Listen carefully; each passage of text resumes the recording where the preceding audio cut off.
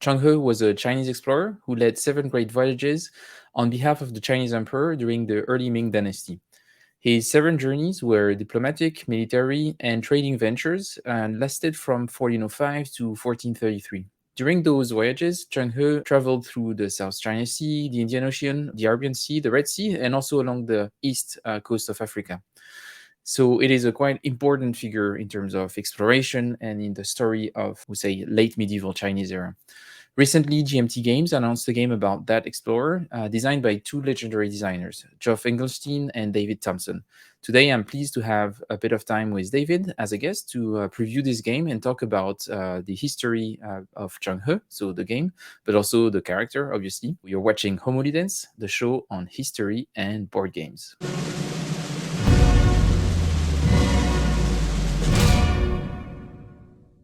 So hi, David. Thanks for joining me today. Yeah, absolutely. Thanks for having me. So you were saying we were recording during the 4th of July weekend, which I wasn't aware of before, and I'm really sorry about it. No, it's great. It's great. I'm going to ask you to do something that might feel a bit weird because you've been on the show so many times. Is maybe for the viewers who haven't seen you yet or haven't seen you either on my channel or another channel before, could you do like a 30-second presentation of David Thompson, like the elevator pitch of who is David Thompson in a game design sense? Yeah, sure. Yeah. So David Thompson, design kind of 2 spheres of games, right? So sort of a broader hobby sphere for some stuff, especially some co-design stuff. And then in the sort of historical or war game world, probably best known for some of my solitaire stuff like the Valiant Defense series with Pavlov's House, etc. So kind of living in both those worlds. But like you said, this will be my first partnership with Geoff Engelstein and first GMT game. So excited about those for sure. Yeah, so that's 2 new things for this one. So as I was saying before we started the stream, and just for the viewers to understand, I'm gonna structure the discussion in 3 parts, like I usually do when I do a game preview. The first part is gonna be about the history behind the game. So I'll ask David some question about the research approach, but also a bit better understanding what event is being depicted in the game. The second part, we look into, I guess, TTS, because I guess knowing you probably have already a pretty advanced TTS module of the game, so we can have a bit of a preview and a feel for how the game works. And then the final part of the discussion will be specifically about design, to the whole game design process. Of course, everything is intertwined, so we might talk a bit about design during history or during the demo, and talk about history in the design part, but just to have a rough structure. And of course, the time codes for those 3 parts are going to be in the description, so if you want to navigate from one part to another, you can go ahead. Let's start with the history part, and maybe just to set up the stage, could you give us a bit of an overview of what the game is depicting?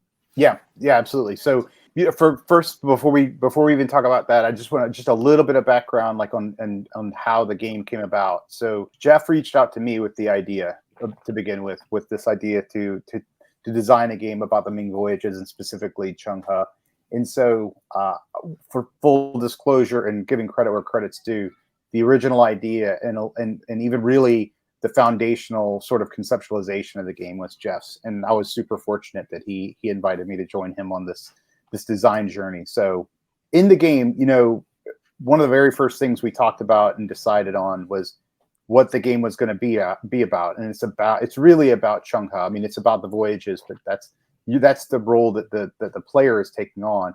And so from the very beginning, we always knew that this was going to be a solitaire game. I mean, it didn't make sense for the players to do anything but take on the player to take any role other than Zheng He. And so, we've been asked about this, like, well, could it have been a co-op or competitive game or whatever? And any other sort of idea didn't make sense, right? We wanted to put players very squarely in that position. This really is a game about you being, you taking on that role, the leader, this admiral of this massive fleet, the biggest fleet the world had seen until World War I came about, in all the sort of trials and challenges. And there's some of the challenges that are overt, like leading a massive fleet.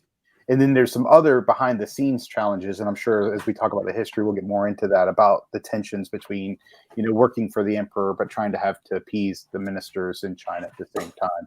But yeah, as far as what the game's about, it is you taking on the role of the leader of these massive voyages, trying to accomplish sometimes not conflicting objectives, but objectives that aren't necessarily completely in concert.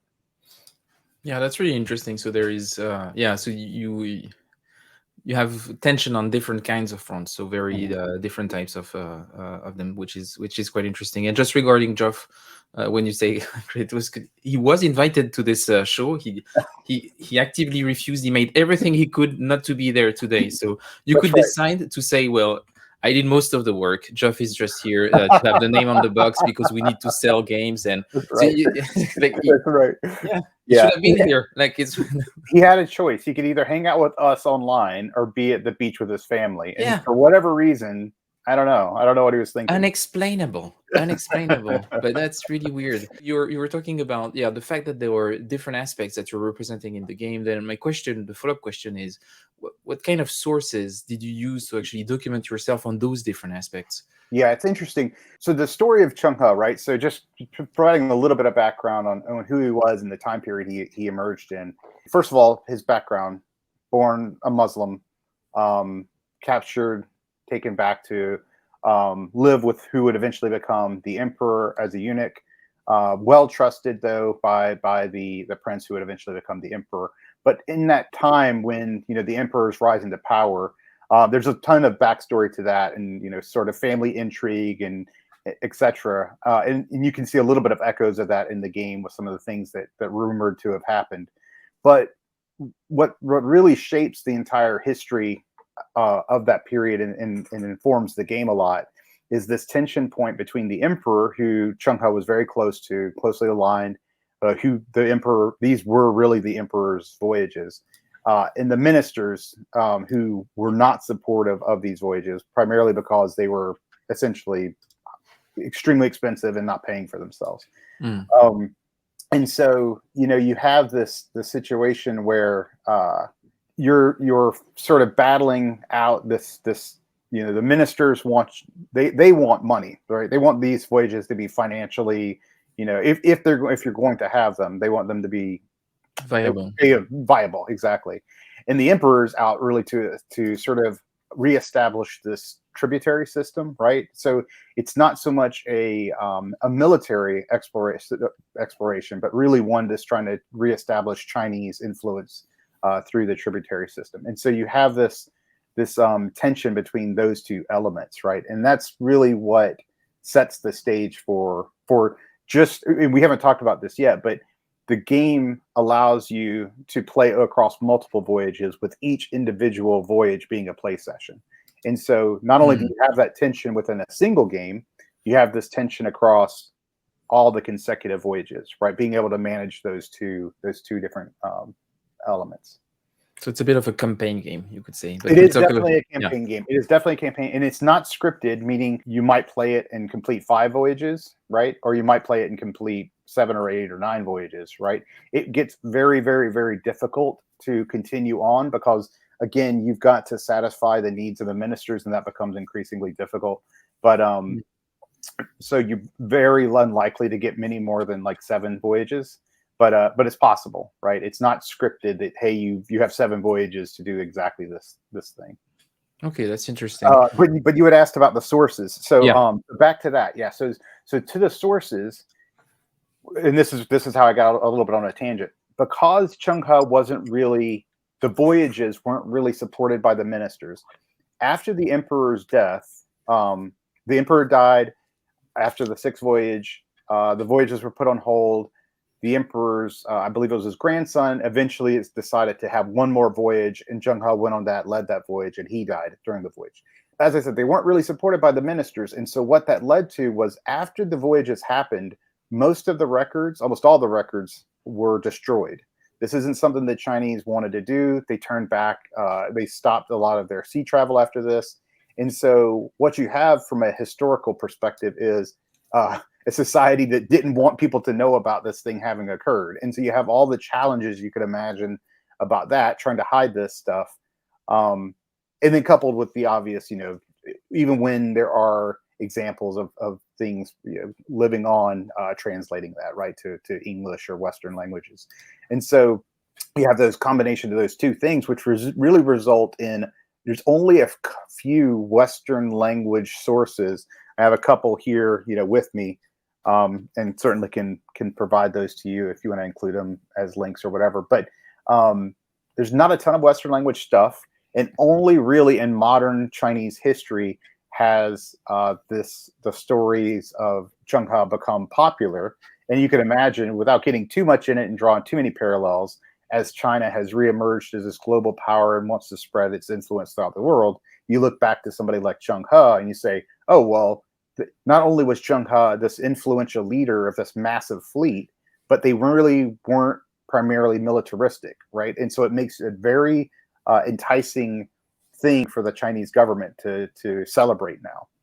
Yeah, that's interesting, and you're actually just blew up a complete line of questioning that I had for you. So that's nice, because I wanted to talk about this specifically, the fact that it was so curious that the cultural importance of Zheng He was relatively recent, and he became sort of a folk hero, mostly for, I think, the Chinese diaspora also in other parts of Asia, like Southeast Asia. Yes. And it was just at the beginning of the 20th century.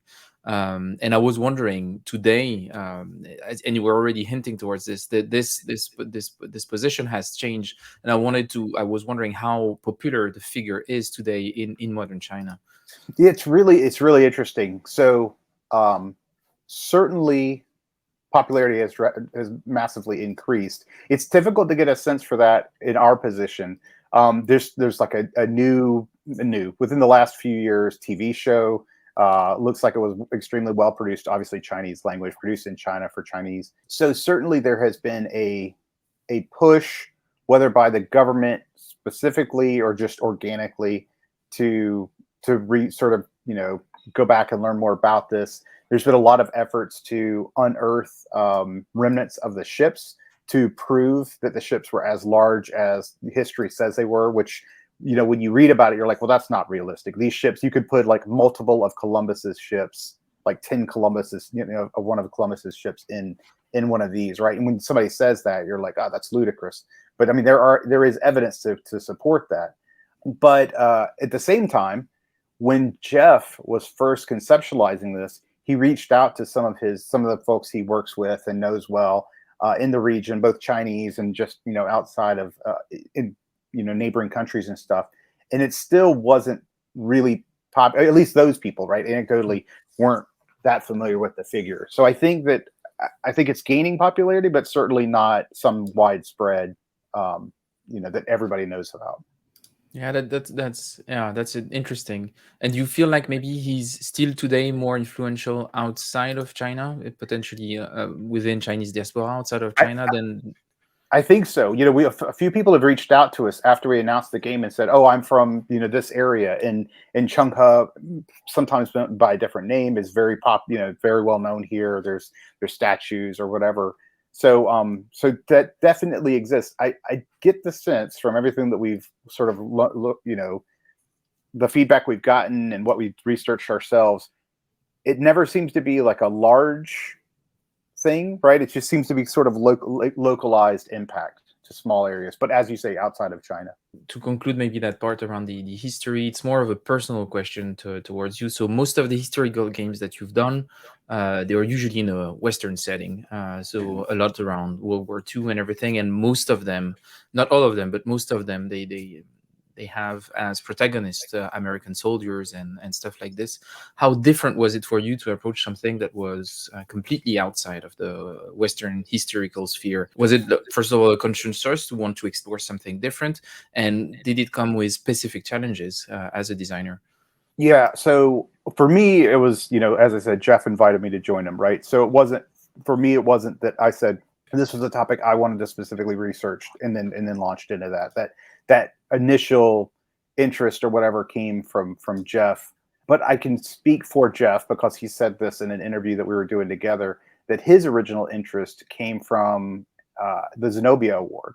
And so obviously Geoff and I are both, white guys. We're not part of the effort of the Zenobia Award to increase diversity in terms of the game designers, but Geoff was inspired by the Zenobia Award's intent to increase diversity of topics, at least. And so, as part of that award and his involvement in that, he said, what is a topic, a historical topic that shows a little bit more diversity than some of the things we normally get, like another, Battle of the Bulge game or whatever. So that's where I think the inspiration originally came from him. And then when he reached out to me, of course, it was something I was interested in. I will say that for me personally, while I will continue to work on things that I'm really interested and passionate about, like World War II, etc., I would also like to start exploring more historical themes that are not war games, right? So more historical games generally. Yeah, that was actually a last question that I had, because when I saw that announcement to P500, I was like, that's interesting to see David actually doing historical games that are not war themed, because I feel like it's a wider genre of game which are historical games and just a subset of those or war games. And it was really exciting for me to see you going a bit outside of that. And I was thinking, did that experience open you up to actually doing games that are gonna be historically themed and but historically well researched, as you would do for a war game, but not necessarily focusing on armed conflict? I definitely hope so. It's something I'm definitely more interested in. I mean, I'll continue to do, Liz Davidson from Beyond Solitaire and I recently talked about, well, I guess the episode hasn't launched yet, but so I won't spoil it because I think it'll be the first episode of her new season. But she and I are going to start collaborating on something. And while it is war themed, I'm more interested in the historical aspect of it. And then when I look at the games, not my designs, just the games I'm most interested in that are coming out soon, I look at things like Votes for Women from Fort Circle or Stonewall Uprising from Catastrophe. And those are the games I'm most interested in exploring. And so I just see a shift for myself, not away from war games, but just more interested in some historical topics. Yeah, and I think it also opens up, because you were talking about diversity, and I agree that for me, diversity is on two fronts. There are the people part, which is who's playing the games and who's making the games, where I think I had some problems in the past for saying that, but I think in the sphere of wargaming, we have a lot of work to do. Yes. And then there is the diversity of topics, and opening up to different kinds of topics, as you were saying, not another Bulge game and everything. And I think opening up to non-armed conflict topics also opens a wide range of things that could be explored. And the two examples that you gave, that are political struggles and everything, actually really already illustrates that in the recent years, and that's super interesting to see in that evolution. Maybe just to conclude this, do you have a couple of recommendations of books, podcasts, or films, or TV series that you would recommend for people who want to know more about the topic before getting into the game? Yeah, for sure. When Geoff originally invited me to do this, I'm a huge consumer of podcasts.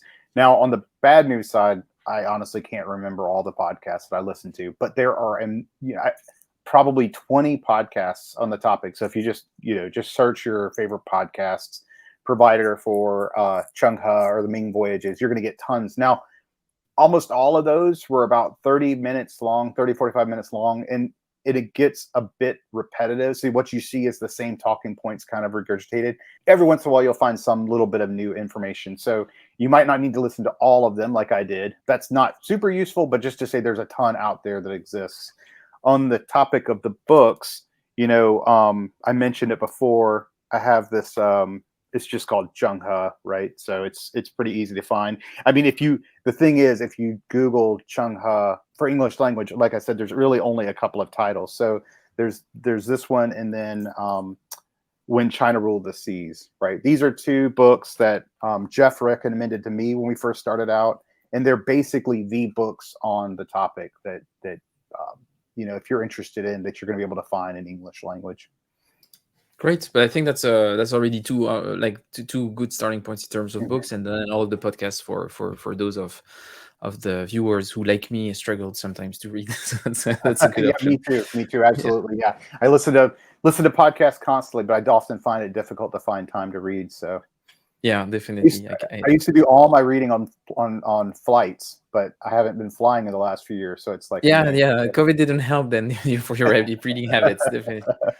But I think we can jump into the game now and look a bit more at the prototype. So of Sure. course, I'm making it clear those are prototype components that you're going to see. So that's not going to be the published game. So yeah, that's not the final product, and we can have a look at the core mechanics and everything. Yeah. Okay. So as you said, we'll foot stop 1,000 times that this is obviously super prototypey, right? So just for folks who are interested in it, it's on P500 now, but it's in that phase of still having folks back it. So still very much in a prototype phase until it meets the threshold to actually start doing artwork on it. When you start out, so we talked a little bit about the fact when we were discussing history, we delved into it just a little bit where we said this is a game that's structured around, you are Zheng He. You're going to be leading the fleet. We didn't talk about this really. When we say leading the fleet, we're talking hundreds of ships and tens of thousands of people. So we're talking massive, massive fleet. And the fleet consists of all sorts of different ships, treasure ships that were designed to carry, the tribute and goods, ships designed to carry military animals, etc. So supplies. So this is a massive fleet that you're sailing across the Indian Ocean for the most part. Through the course of the game, you'll be leading, these voyages, and so you'll be playing a deck of cards that's essentially managing the fleet. But each individual voyage will take place over a period of 22 turns, and so most of the voyages happened over a course of about 18 months. And essentially, smartly, what they were doing was using the winds to their advantage to sail out and then back, right? So they're going through a couple of different seasonal cycles there. So over the course of the game, we're going to be sailing our fleet. We're going to be interacting with all these different ports around China and across the Indian Ocean. We're really ultimately trying to do a few things, right? The Emperor wants to establish the tribute system. So the Emperor wants you to visit places, discover new things, battle if necessary. There's a little bit of combat. It's obviously not a huge part of the game, but it can happen. Build bases, all sorts of stuff. Basically, be present in places. The ministers, meanwhile, want you to be trading for goods and bring back new goods. They also don't want you destroying the fleet, so you need to bring back the fleet in good shape. And so again, those aren't mutually exclusive, but they are oftentimes contentious priorities that you have to juggle. If we're starting out the very first voyage, we have a deck of 20 cards here, and these 20 cards represent all the different ship types in our fleet. And so I won't go into each of these now. We can just talk about them sort of like as a sample turn. But each of them has a different type of ship, and they're associated with one or more actions. You'll start with a hand of those. We'll go off. We'll do one turn at a time until we've gone through the whole voyage. Basically, what we want to do, big picture, is go out, do a whole bunch of stuff, and get back within the time allotted.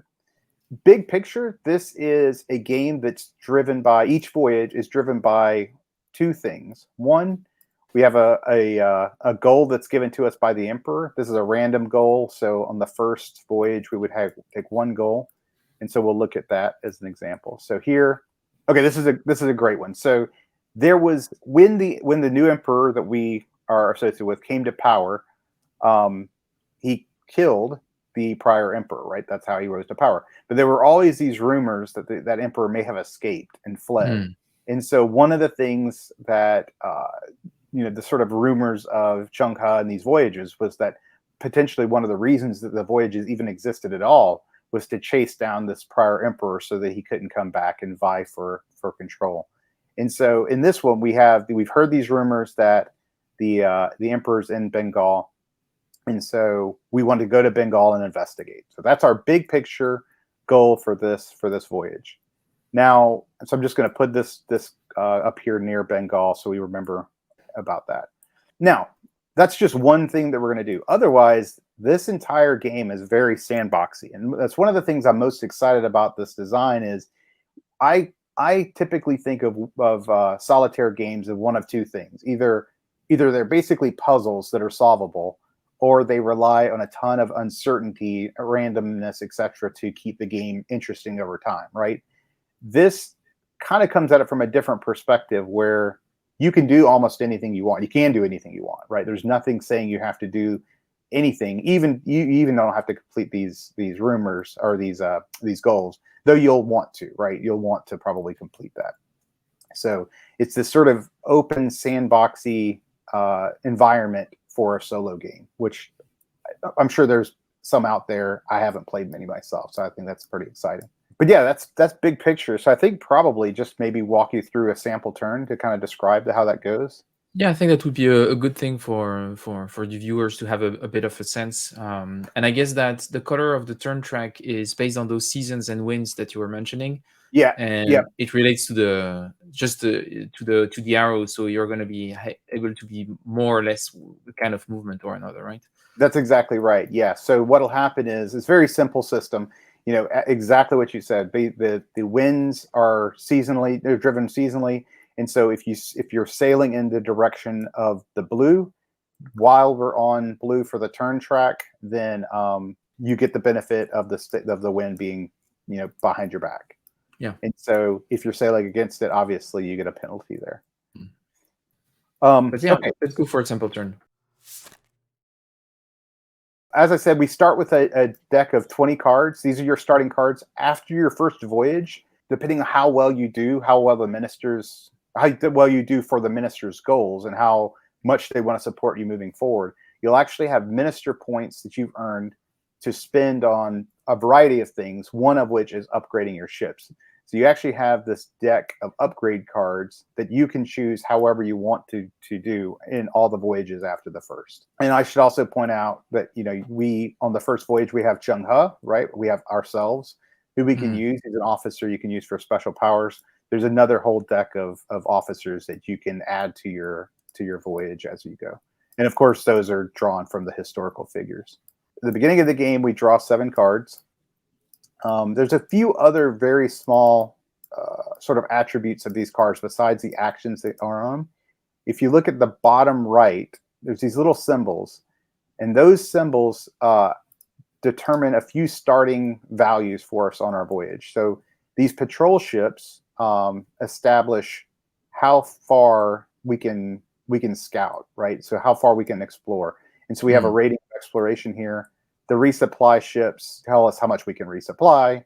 And then the treasure ships tell us how many tribute we have. So these are attributes that we gain based on the total composition of our starting deck. And I've already set that up for us at the beginning of the game. The starting deck results in 4 exploration, 4 supply, and 4 tribute. But that's So one more. They're at 5 right here. Oh, No? 5. Sorry. Oh, yeah. Okay. So yeah, so that is one more thing that you can upgrade over time, right? So if you want to sort of have a lot of tribute to go and trade with, or if you want to, you know, be better at exploring or whatever, those are things that as you build your deck over time, you can adjust. Okay, so this is a sample, you know, starting hand of 7 cards, and we look at where we are. We're in Nanjing, and we want to get down to Champa, right? Like obviously, we want to start sailing out. We have a couple of things we can do right off the bat. We can scout out nearby areas, and what we're doing there is we're just saying, hey, what's going on in those locations before we travel to them. Oftentimes that can be good. Sometimes when you go to a location, if it's, let's say there's pirates in the area or an area is at war or something, you can get caught up in a mandatory event where you have to participate in it. And so oftentimes you'll want to scout ahead to see what's there before you just sail to it. Or the alternative is you could just sail into it blindly, and whatever's there you're going to encounter. And so that's the first decision in this instance where we haven't scouted anything or sailed anything that we probably want to make. And if you look at all the cards, we have a scout card here, and we have a couple of cards with sail on it. Now, the way the game works, you can take any action you want. And any card can be used as a 1 value for that action. So you can see, like this card says battle 3 to, you know, battle or depose 3. But you could use any of these cards, discard them to add 1 to that value. Okay, so but you still need to have the base action, and then you can discard. You don't have to. You don't even have to do that, right? So we could discard this card for a sail 1 action. Okay, yeah. Yep. So you can take any action with any card as the 1 value.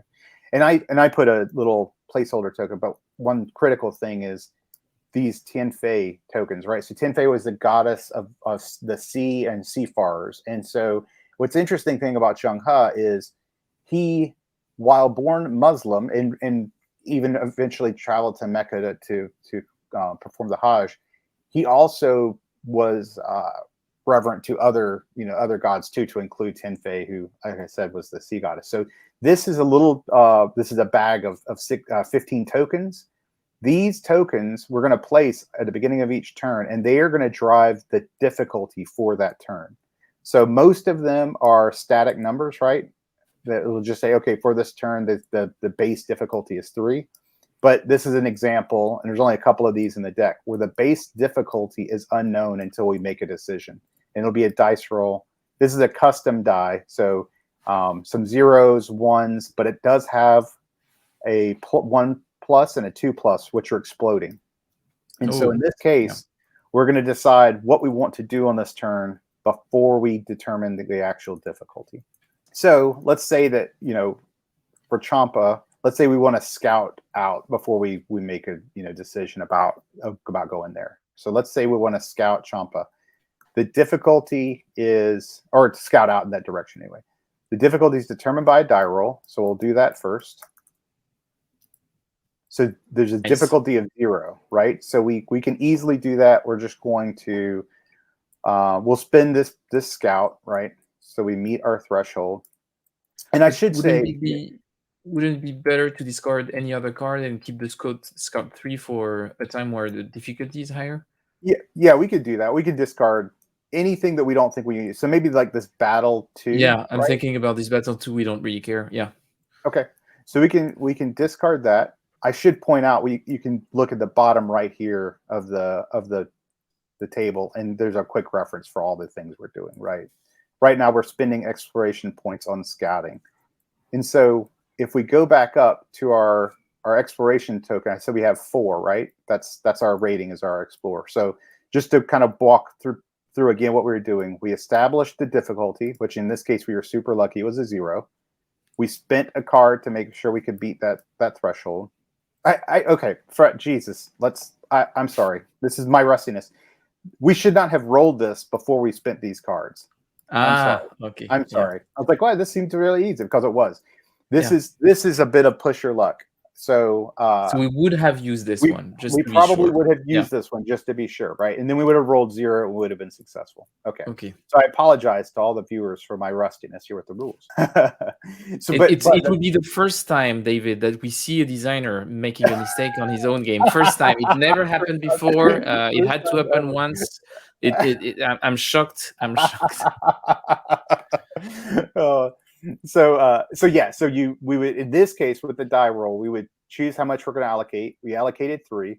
We met the difficulty, so we succeeded, and now we get to spend our exploration points. And the way this works is we're going to count the distance to ports from where we are to explore. So the distance in sea paths. So there's 1 path to Champa, so that would be 1 exploration point. So we can scout it, and so. I grab the Champa card. I'll put it out, but then we can do that again because we have 3 more points, so we can go to Malacca, but we have to recount it. So it's 1, 2 to go to Malacca.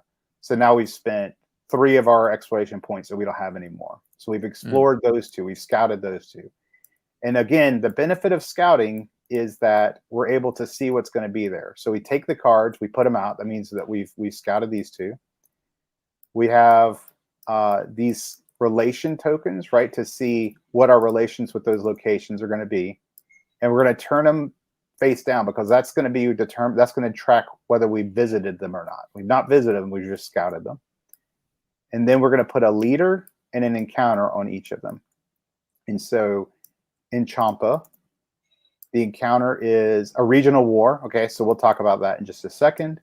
And the leader it's a charismatic leader, right? So the leader reduces the difficulty for deposing and adds to negotiation. All right, and we'll talk about that in a little bit more detail in just a second. And then we have for Malacca, we have the regional leader and unpopular. Okay, so These are going to define a few things. First, if we look at Champa and we see this -2 up here, that's going to set our initial relations with Champa. So it starts here. This is the default location, but then this is affected by the event. And then Malacca, the same thing, right? It starts here, but we're going to be -1 based on the event. And now the event will tell us if it's mandatory or not. So in this case, it's a regional war. If we go to Champa, we have to interact with this. That's not true with the regional leader, right? So it's just an event. We can choose to interact with it or not. And then the leader themselves adjusts the actions while we're there. And this is why it was important for us to scout versus just sailing into Champa. If we don't want to get involved with this regional conflict, then we can just sail through Champa and never interact with it. Okay, because we could decide to sail through it Yes. with a future sail action and go straight to Malacca, for example. That's exactly right. That's exactly right. Yep. Okay, so that was our first turn. Now at the end of our turn, we're going to draw a card. Nice. And then we start our second turn. Okay. Now the difficulty is going to be 3. That sounds bad. Yeah, right. And now let's talk about one other thing that we didn't discuss the first turn. The game is always, you take a turn, you take an action, resolve it, etc. Right? So the turns are very quick. The other two options you have instead of taking a single action is, one, you can just forego your turn to draw extra cards, right? That's not something you often do, but sometimes you're in a bad situation where you really need cards, you can do it. The other thing, and this is more common, but it's risky, is you can take 2 actions in a turn. If you take 2 actions, then you're going to use the base difficulty, right? And you're going to modify that base difficulty with a die roll for each of the 2 actions. And so right now, let's say our goal this turn was to sail to Malacca and then also negotiate in Malacca. We wanted to do both things this turn. We would have to take the base difficulty, allocate our cards against it, and then roll the die to see if we're successful. That's probably, in this specific case, we might not want to do that, right? Yeah. Because, with a difficulty level of 3, that sounds a bit risky. It's a bit challenging, yeah. Can we try to just sail to Malacca and then potentially in a future turn do the negotiate action? Yes. Okay, so that's perfect. Now, we know this is deterministic, right? We know the difficulty of sailing to Malacca. And the way we calculate that is the distance between Nanjing and Champa is 2. The distance between Champa and Malacca is 2. So we have a total sail that we have to achieve of that distance plus the difficulty. So we've got to get 7 sail to accomplish that. And so we can spend this card and this card to get 4, but we would have to spend 3 more cards. Ugh, that doesn't sound great. Well, the alternative is we don't sail or we sail into Champa, which are also not great options. Yeah, and sailing into Champa, we'll have to interact. It is mandatory. We would have to. Now, we may want to anyway, right? We may want to say, let's just go there and battle and resolve it. You know what? And it's not because the difficulty is hard, but I think we should sort this thing out. I mean, it's the southern border of the empire. We have to fix it. We cannot let this happen. I mean, like we have a regional responsibility to fix that. So we would just sail there then. Okay. So and the difficulty would be 5. So we'll still have to discard those 2. We don't want to discard a battle card if we're going to battle. Yeah, that's what I was thinking. So maybe we can discard this resupply 2, knowing that we have the big resupply 3 for afterwards. Yep. Okay. So we're going to discard those. 4 and 5. Yeah. Yep. And we sail to Champa. We draw a card. And now for the next turn, our difficulty is going to be 2. Okay, so a couple of things happen. First, we visited here, so we're going to flip this over to mark that we visited. Now we have to battle in Champa. We have to take this action because it's a mandatory action. We started our turn there. So we are going to take a battle action. Now, if you notice, if we go back and look at the bottom right here of the table, battle is not a core action, right? It's not something you can just choose to do on any, because these are actions you can choose to do at any time. Battle is something you can only do in this situation where we're in a mandatory event and it says battle as an action. But if we look at our cards, we're going to use all the cards that we can depose a leader with can also be used for battling. So what this is telling us is we have to make a battle action, and we have to minus by strength, and this is the strength of the location. So Champa has a 2 strength. Okay. So whatever we spend for battle, we're going to be -2, and we have to meet this threshold of 2 to get there. Oh, and the depose -2 here is not helping us because we're in a battle action. Exactly. Yeah. We can't depose the leader right now because we have to complete this. Okay, so it's 4 overall. Yes. Yep, that's right. So it's 4 So if overall. we discard that, maybe probably the 2 battle cards, I guess. Yep. And again, we could, if we were feeling crazy, we could take 2 actions, but we would be injecting. Yeah, that would be a bit. Yeah. Die roll. Yep. Okay, so we've completed this. So a few things happen. We're going to increase our relations by 3. 1, 2, 3, which is great. By getting our relations into green, that makes the ministers very happy, and we'll earn minister points at the end of the voyage. But we take 2 damage cards, and these damage cards are they're basically like fog of war cards and Undaunted, right? They're just going to clog up our deck. Oh, and they go into the discard. Okay. They do go into the discard. Yep. And then this card is removed. So we have completed that. So we no longer have to deal with that event, right? And does the leader itself stays here? Or? The leader does stay. Yeah, the leaders will always stay unless some crazy event says, to replace the leader, or unless we choose to depose the leader. And deposing the leader is a way. That's the way you get rid of the leader, replace it with a new one. And that's also an easy way to affect the relations both locally and in the region around us. Okay, so we'll draw a new card and a new token. Now this is a good example.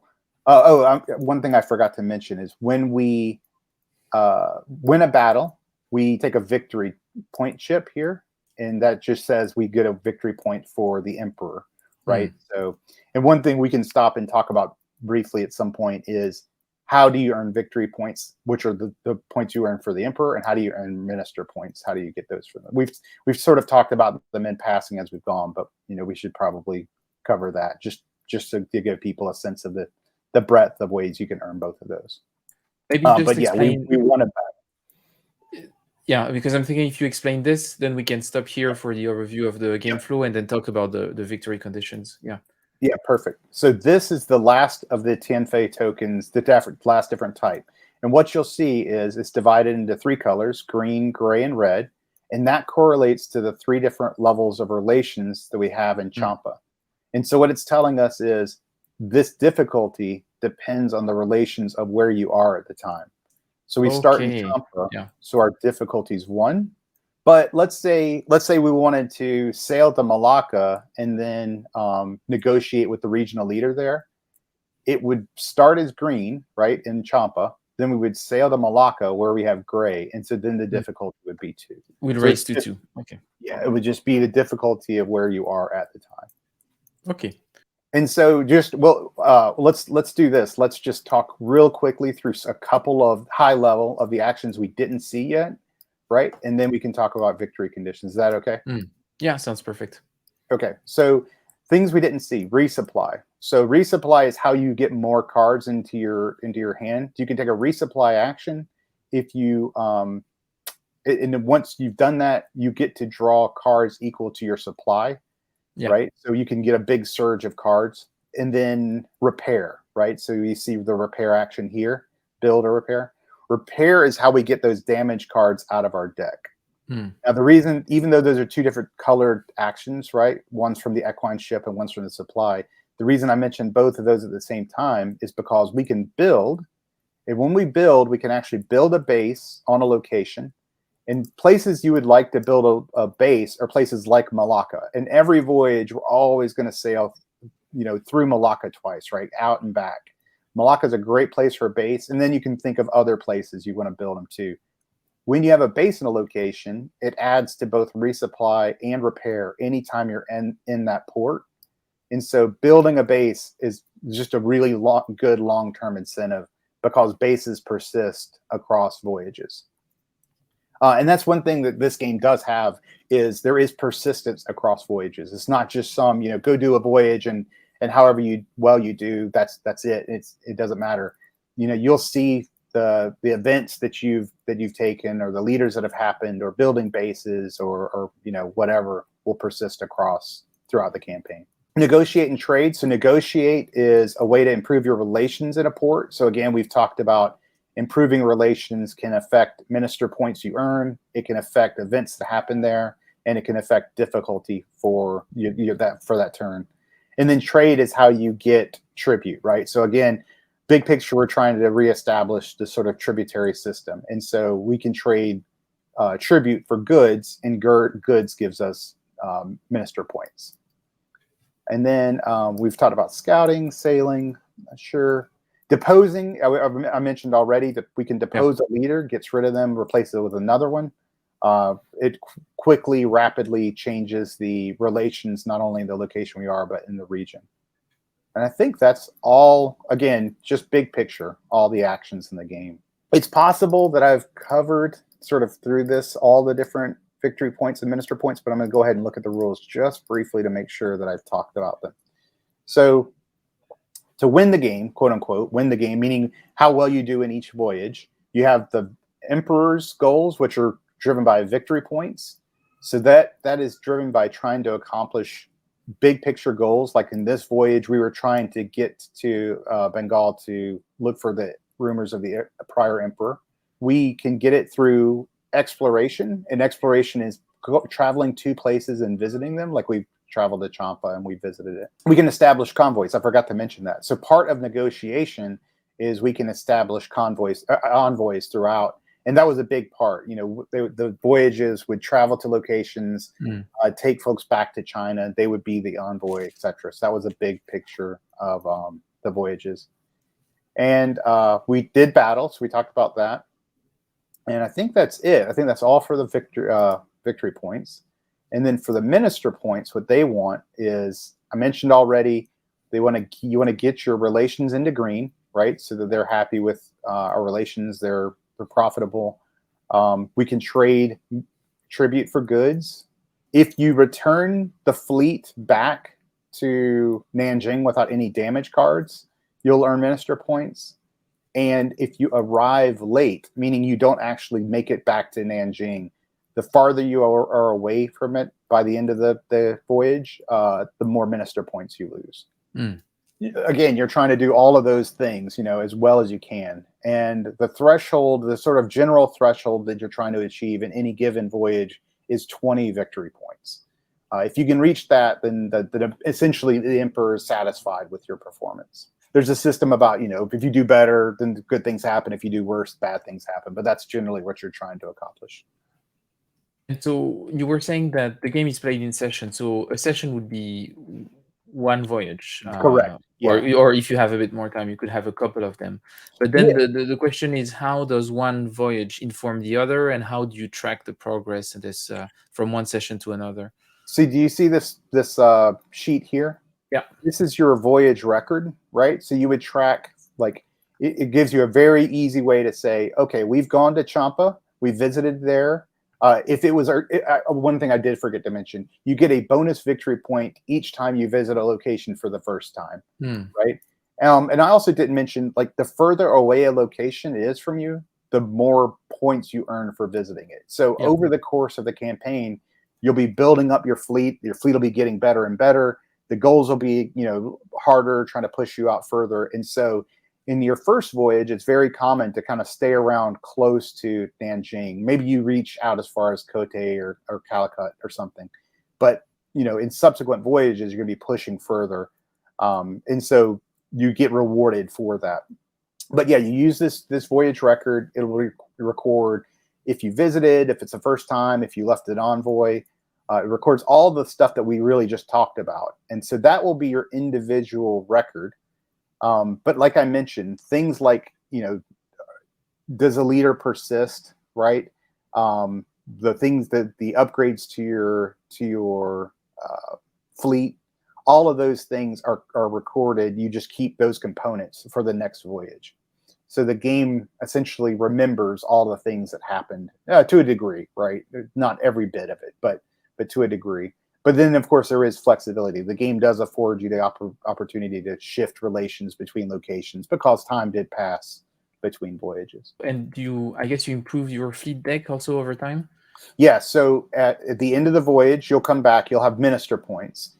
Those are all the points you earn through the things we talked about, and you can spend them however you want. And so if you look at the starting cards here, if you look at the bottom left of them, you have little gray dots, right? That's how much they would be worth if you had to spend. Now, you don't spend money on these starter cards. It just gives you their sort of value. Yeah, their value, yeah. Yeah, but if you were to upgrade a ship, you're going to need to spend the minister points difference, right? And you can upgrade like a treasure ship that's a 2 to a treasure ship that's a 4 or whatever.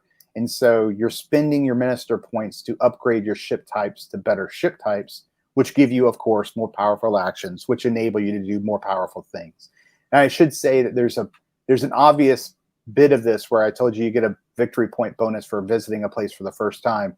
We only get that bonus the first time, so you're going to be forced to go out and try to get to new locations to get those victory points, and you're going to need better ships to do that. But of course, you can establish bases in farther off locations, and those bases you can go back to, and they'll facilitate doing better in subsequent voyages too. But yeah, you can spend the minister points, or you do spend the minister points you earn to get better ships. But you can also do a couple of things with your officers. Each officer that you start with has a special power. You can spend minister points to upgrade them to their better version, their expert version, or you can recruit new novice officers, right? As a means of actually, we didn't use our bonus, I think. We did not. So it's a one-time use, right? Okay, it's a one-time use. Yeah. Okay. Yeah. So Zheng He just allows you to increase the values on the cards, and so you typically would when you will want to use him is when you have maybe like a really important turn that you can't fail, or you want to take 2 actions in the same turn, so you can do. And you need the extra bonus. Okay. Yeah, exactly. But I think that's good for, I guess, the overview of the game. And unless there is something specific that you want to talk about, we can probably go back to talking about like the interview and talk about the design approach that you had for this game and everything. Yeah, sure. Yeah. No, I think that covers all the basics. Yeah, I think it does. Well, I haven't played the game, so I'm not sure, but it sounded like it did. Yeah. So that's great. Maybe we can start just from a practical perspective. You were saying that it was the first time you collaborated with Geoff, and it's a collaboration game. And I was wondering about that relationship. So how did this impact the way you designed the game? So how are you two working together on that project? Yeah, it's interesting. I mean, now I've been fortunate enough to collaborate with a lot of different people, and every single collaboration, every single partner has the relationship has like its idiosyncrasies, and it's like any other relationship in life. Like the more you get to know the person and their sensibilities and all of that, it informs that relationship. So, I mean, honestly, Geoff and I are still learning each other, right? It was a very free-flowing sort of back and forth with us. Yeah. You know, there's some people that I work with all the time, like Trevor Benjamin, who I work with on quite a few things, or Roger Tankersley, who I've worked with now in a few games. I know them and they know me, and you settle even if it's just like informally or subconsciously into responsibilities and habits and stuff. Those are well established now with those relationships. And with Geoff, we didn't have that. And we never really formally said like, okay, you're going to be responsible for XYZ and I'll do this. We never had that conversation. So instead, really what it was, you know, Geoff coming with the idea. He did have some initial gameplay concepts, but I don't think he felt super strongly about any of those, right? He certainly wasn't like, it has to be this way. This is, you know, the game has to function this way. We just had a very sort of informal back and forth, mostly via email. We would get together, especially early on, and chat through some stuff. But it was really just I would call it like an exploratory back and forth where we would kind of bounce ideas off of each other. And of course, you have the benefit of being a solitaire game, right? And so when you're doing a solitaire game, you can okay, we each go with our own. We talk about it. We throw some ideas out there. We each independently go back and test it and come back and just iterate through it. Yeah, that's interesting. And were you set on the game being a solitaire game, knowing that because of the angle that you're taking, it seems obvious, but were the discussion about making it more of a collaborative game where each player is taking a different role within the voyage itself? We never really, I mean, from the very beginning, I think we knew it was going to be Zheng He. Like that was going to be the game, and that's who we were going to put the players in that position. So we never really discussed. I mean, we could have. There is a world in which instead of being Zheng He, we could have been his advisors and Mm, etc. But I think Geoff. I mean, who knows? If I had pushed back and said I really think this would be great as a co-op, Geoff would have certainly entertained the idea.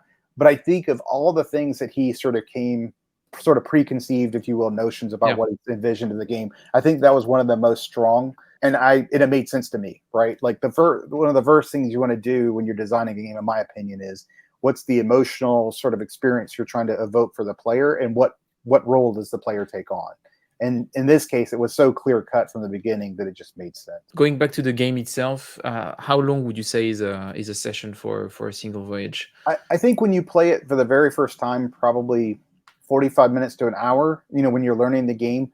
But I mean, when you're especially physical, not through TTS, Yeah. I mean, it's like 30 minutes for a voyage, right? Because each turn is one or two actions, and there's 22 turns, and you're playing essentially, just a couple of cards. So really 30, maybe 40 minutes if Mm, it's kind of running slow. So we did talk about early on when we were thinking through like the sort of atomic turns, and the totality of a single voyage. We discussed maybe even trying to make it a little bit quicker than that, and ultimately because of like kind of not one-to-one correlation of a turn to a month, but it's close to that, close to game time. It naturally sort of went just a little bit longer than we thought one voyage might at the beginning. But what it means is if you wanted to, you could play an entire campaign in one night, right? If you wanted to allocate like 4 or 5 hours to the yeah. game, you could play, I mean, you could play the entire campaign. And that's one thing we did. It wasn't like a definitive it has to accomplish this thing, but it's something that Geoff and I like the idea of from early on. Yeah, and I wanted to also talk about that aspect of the game, the fact that can be played both ways as a campaign in different Mhm. session or in a single sitting. And I was thinking about it because I was reflecting on your earliest game that were one session, one game. Even if you could argue that Andante Normandy or Andante North Africa are campaigns, but they are episodic in nature. Each Mhm. scenario is not informed by the previous ones. But I could see that the next game that you're going to release in the series, Stalingrad, has a campaign nature to it. This one has a campaign nature to it. Is it something that you're interested in exploring right now? And we see games in the industry also going in that direction a bit more. Oath was like this. Mhm. Arcs is like this. There's Yeah. this idea of one game partially informing what the next game is going to go. Is it something that you wanted to explore specifically? Yeah, I think so. So for sure, the game that I've designed that's closest to this one in structure is By Stealth and Sea, because By Stealth and Sea is essentially the exact same thing as this, right? Yeah. It's 9 missions, and the how well you do, your operators live or die, they get better. How well you do informs the British level of response. So there's a lot of similarities between By Stealth and Sea structurally in this game. This game, like the persistence is a little bit more organic and not necessarily like as rigid as By Stealth and Sea, but it's something I'm interested in, right? Like it's not. I don't know that like that's necessarily I'm looking to design those types of games specifically, but when it makes sense, like it does here, By Stealth and Sea or something else in the future, it's something I definitely enjoy. I enjoy exploring. Stalingrad's a little bit different because in that Mm. case, Osprey came to us and said, "We want you to design a legacy game," which became campaign. But that was them saying, "We want that." I was also wondering what games inspired you and Geoff in the design process, either in terms of mechanics or in terms of topics. Well, there are not a lot of games on the topic. Yeah, The only one I'm thinking about, and I don't know if you've played it, it's this one by Surprise Terror Games, but I guess you probably have played it, which has a very different approach yeah. from It's from. it's it's funny, I'm friends with David Mortimer, who's the designer of that game, Yeah. and Alan Paul. I have actually not played it, which is really strange because I've played like not now, maybe not now because David's super prolific, but I've played almost all of his games, and I love him. He's really good at like family level games, so my kids and I play a lot of his stuff. But ironically, I haven't played that. When Geoff reached out to me about the topic, I was like, oh, just so you know, my buddy Dave Mortimer has designed this game, Ming Voyages. Now they're very, very different, right? Like very. Because in Ming Voyages, what you're thinking about, you're not doing the voyages themselves. They are a mechanic in the game, but they are more of a political tool that it's one of the assets that you use. But it's a 2-player game, and it's more of a struggle between the Ming Dynasty and the Mongols trying to break through the wall. And the voyages themselves are something that you work on as an asset. So you don't have the same focus. It's not the same scale and everything. Right. But I thought it was interesting that there was also this game that was quite recently released. So yeah, no, absolutely. As far as inspiration, the one that I will say was a direct, well, I guess an indirect inspiration is and it's hard to remember like where game design ideas, because of the relationship that Geoff and I had with the sort of like rapid back and forth brainstorming iteration stuff. It's hard to remember where any of the specific gameplay concepts originated between the two of us. But one thing that turned into the action choice, like the 2 action choice you can do per turn, I think the origin of that came from me being inspired by Robinson Crusoe. Oh yeah. Right? So have you played Robinson Crusoe? No, but I have an idea overall of you know how it, it works. right? Yeah. So Robinson Crusoe has this interesting dynamic, and I might be misremembering this exactly, but it's something along the lines of like you can spend 2 actions to do something without failing, or a single action and have uncertainty in it, right? Something like that. And so and that was actually that inspired by Stealth and Sea.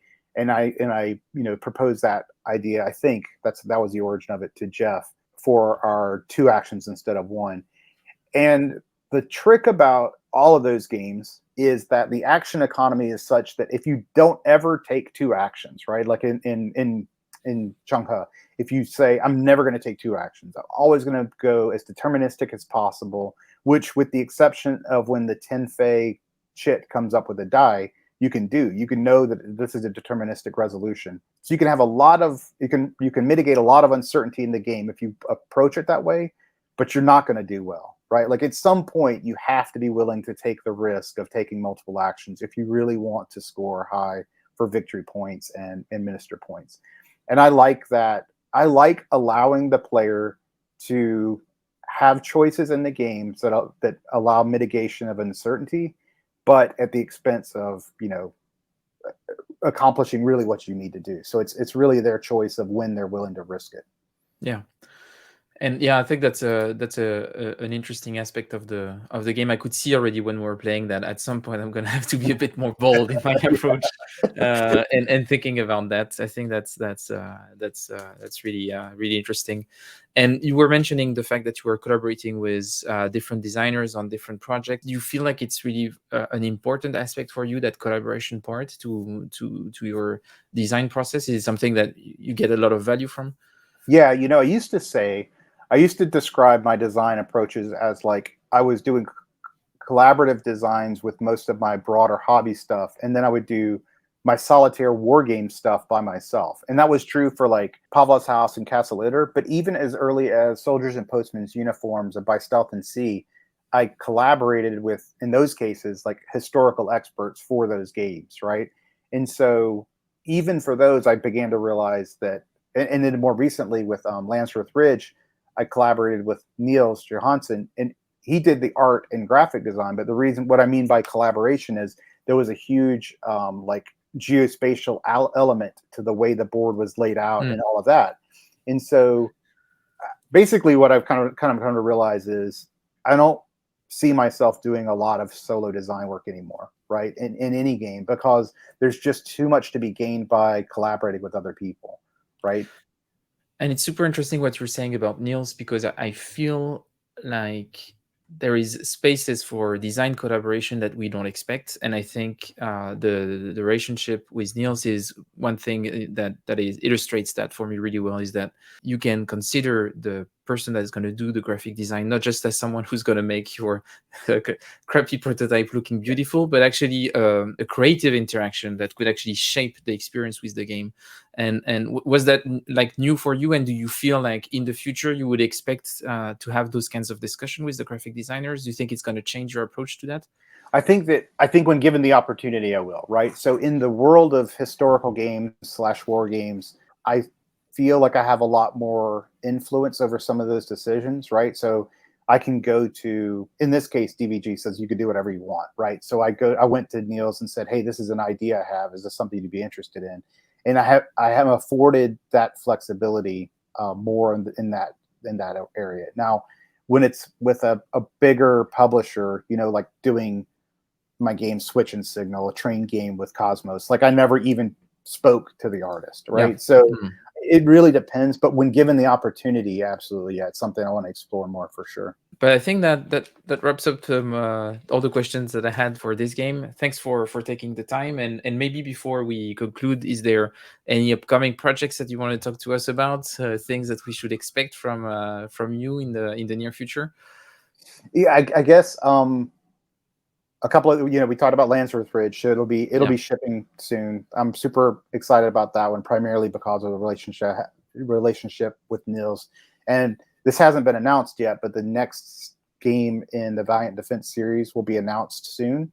It'll be the first one I didn't design, so it's being designed by Vince Cooper, who's awesome. He's been working with DVG for a lot now, and he's done an amazing game. I won't mention what the topic is because that's his to announce. But Vince and I just met with Niels, and Niels has agreed to do the art and graphic design for it, which is fantastic. Oh, that's awesome. My hope is that he will do all of the games in the series moving forward, right? Yeah. So that would be brilliant. I was just thinking, if you are thinking about having second printing or second editions of past game in the Valiant Defense series, are you thinking about redoing the artwork, or is that something that you haven't considered? Yeah, so in a perfect world, the answer would be yes, right? There's two limiting factors to that. One is, and this is going to sound crazy, but this is just a world of like board game production and manufacturing. Right now, when DVG reprints Pavlov's House or Castle Litter or whatever, it's press a button, go, right? And so any changes, I know you know this, right? Because I think correct me if I'm wrong, you're going to make some slight tweaks to Red Flag Over Paris? Actually, no, the game is going to be exactly the same. There might be some clarifications in the rules, but it's almost pressing a button, just changing maybe one rules document. Yeah. But if we were to redo the games as new editions, it would basically mean redoing that entire production manufacturing process from the beginning.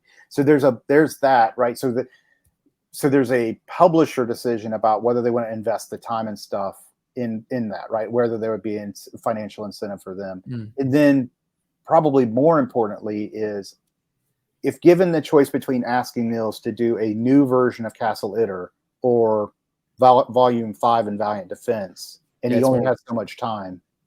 It's more worth it to make that makes sense. Yeah, so that's the tough part. But if those things weren't issues, then absolutely, that would be my choice.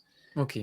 So Resist, a game that I co-designed with Trevor Benjamin, Roger Tankersley, who I've mentioned before, who I've worked with. I'm excited about. It's from a small Spanish publisher called Salt and Pepper, but the art is unbelievable. Yeah, it's by Albert Montes. Yeah, it's gorgeous. And so that's very close to. I mean, I think it's been manufactured now, so it'll be coming out soon. Sniper Elite just came out. That's really exciting.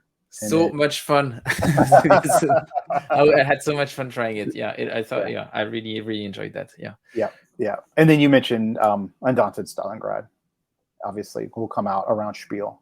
So that's a beast. That was a beast.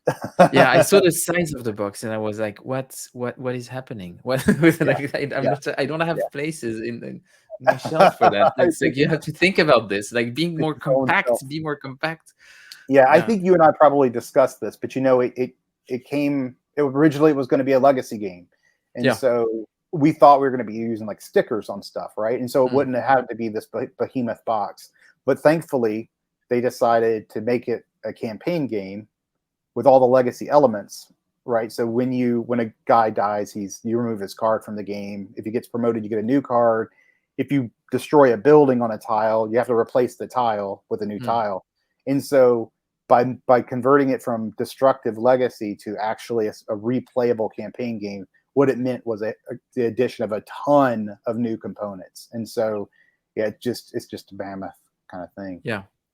But personally, I prefer it this way. I prefer it if it has more components and not being I've never been a big fan of legacy games. I think it's an interesting concept, and I think it was interesting to explore. But I don't. Yeah, I'm just not a fan of the idea of buying something that is made of physical components, sometimes even plastic made and everything, to be used once. I find it that. I find the idea of it. I don't like it. Yeah, that's just yeah. I think it's a waste of resource. You could say. No, I totally agree with you. Yeah, I'm super excited about the change they made for that. So now you can, and there's so many branching paths. You know, there's 30 something. I don't know what I'm supposed to say. Yeah, that you might want to replay the campaign and explore different paths. Yeah, absolutely. Yeah, very different paths and very different endings. Yeah, great. So. But thanks for the updates. I would say if you enjoyed the show, remember to share, like, and subscribe. That's the thing that you're supposed to say. And also, I will have added in the description a link to my Ko-fi page. So if you want to support the show and make sure that we stay in 180p for those interviews and everything.